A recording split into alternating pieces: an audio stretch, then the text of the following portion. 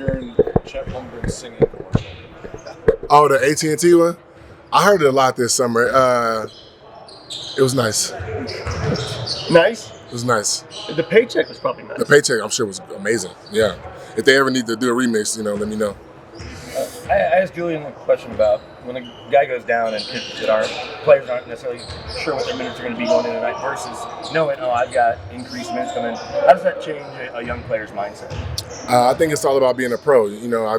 There are times where you may not play in the first half and the guy may sprain his ankle. You got to go in the third quarter and you got to be ready to go.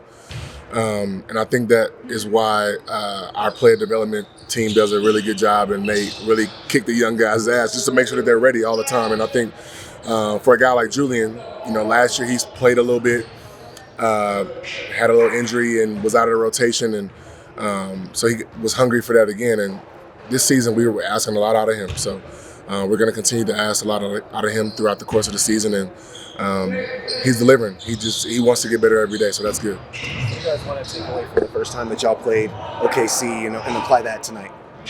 I mean, they're a tough matchup, man. They're obviously a really good team. We understand that they have beat us the past 4 times, so I think that it's something that we have to lock in and focus on, matchup-wise on both sides of the floor, to come out here and compete, protect home court, and get a game that I believe that we should be able to get regardless of who's out there for us. What makes their style so difficult to defend? I mean, Shea is an amazing player, obviously, and they have a lot of guys around him who complement him and each other. Chet is also a matchup nightmare. He can shoot the ball, he can put the ball on the floor, and he's also 7-1, so, and they lead the league in blocks, I think. And they have great guard perimeter defenders. So they on both sides of the floor, they give you a matchup that you got to be ready for. As a fellow big man, you see Chet, he's skinny. I mean, Does it surprise you how effective he is as a shot blocker? No, hell no. I mean, I think that's about timing. It's about studying guys. I feel like he studies the game. I don't know Chet very well, but I do think that he studies the game. He knows guys' tendencies. He's not impatient with that. He takes his time. He's not in a rush. He's not jumping at everything. And if he doesn't block shots, he definitely alters them. So in my book, that's just like a block shot. Nikola's averaging a triple-double so far. Has anything different stood out this season, or has it pretty much been more of the same?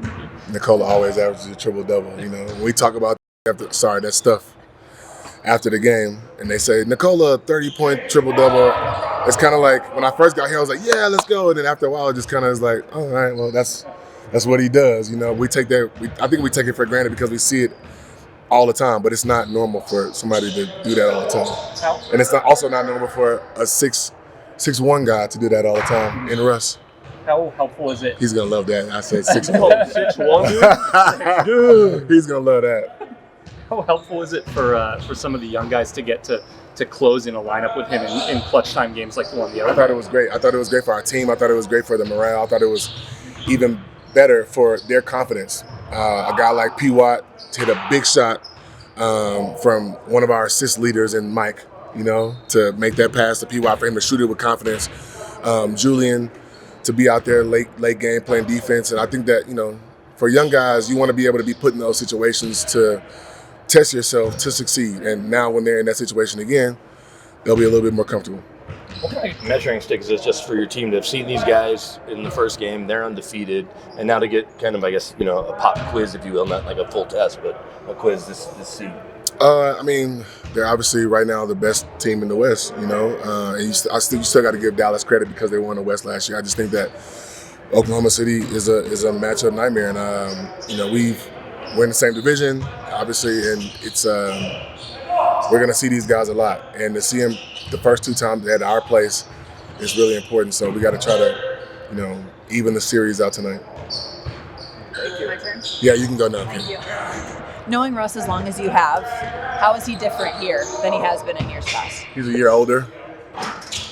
Old now. No, he's great. I think Russ is he's bought into a role that is forever changing. Like he was right off the bench, and now we're asking him to start, and we're asking him to guard the best player late game, and We're asking him to play make and, bring along and coach young guys as we are trying to develop our season. So I just loved seeing him be able to adapt throughout the season at year 17.